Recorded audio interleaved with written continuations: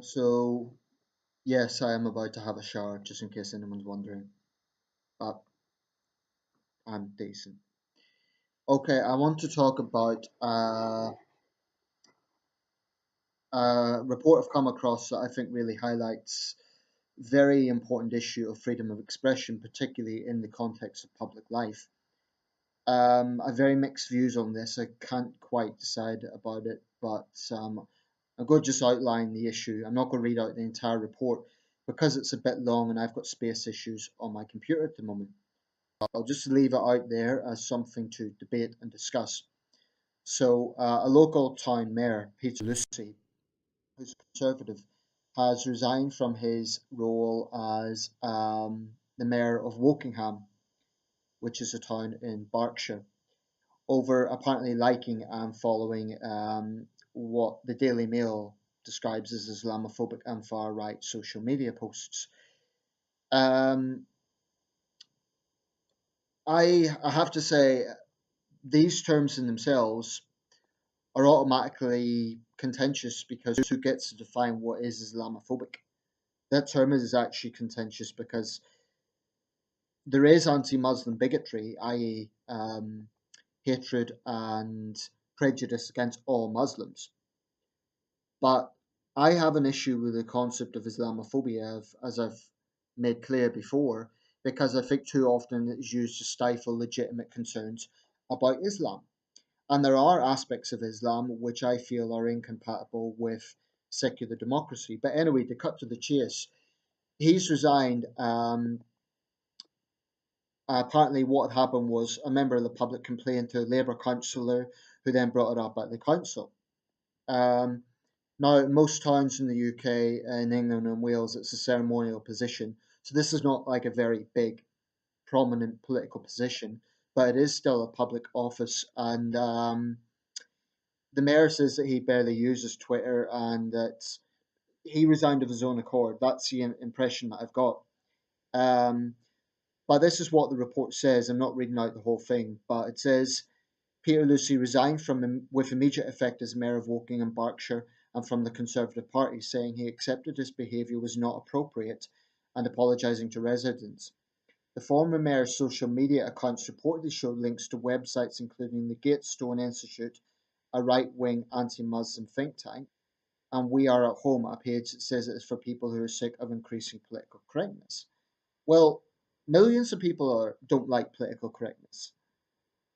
There were also reportedly links to websites about white supremacy. Now, that's a different matter. I would take that more seriously because that's a very, white supremacists are usually pretty clear about what they're all about. It doesn't take a genius to work out what white supremacy is. But a page that's against political correctness, I don't know.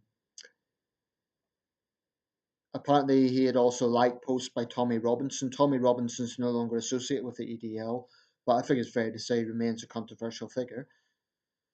You know, whether you support him or not, I don't particularly support Tommy Robinson's approaches, although I don't think he's in the same category as certain white supremacists. But anyway, his Facebook page, which was viewable by anyone earlier in the week, reportedly included likes to a fan page of controversial Dutch politician Geert Wilders, as well as former UKIP candidate Raheem Kassam, who's just self-published a book called Enoch Was Right, Rivers of Blood 50 Years On, um, as well as the controversial Canadian author Mark Steyn, who holds anti-Islamic views.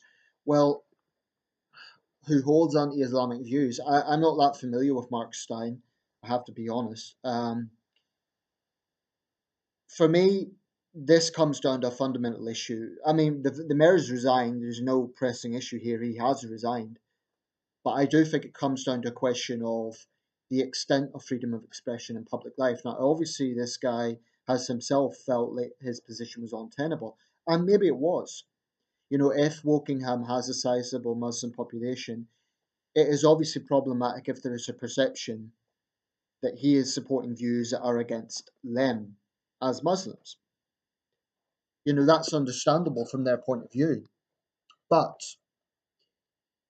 I think we need to be very careful where we don't get into a situation that anything that doesn't fit into a nice, neat little um, acceptable, you know, absolute centrist viewpoint, and I'm speaking as a centrist, is therefore taboo.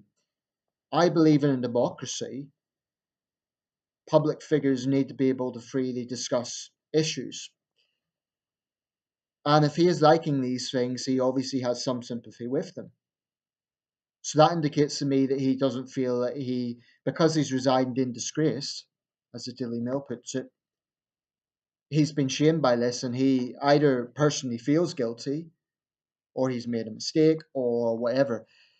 Um, my only concern is, my main concern, I should say, is the implications of, are we now saying that public figures cannot be concerned, cannot share concerns about any aspect of Islam? Because if that is the case, how are we going to fully address the very real problem of pan Islamism?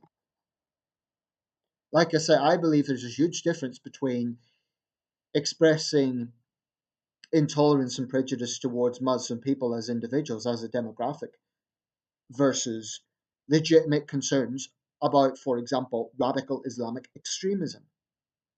And this catch all anti Muslim, anti Islamic, that can mean anything.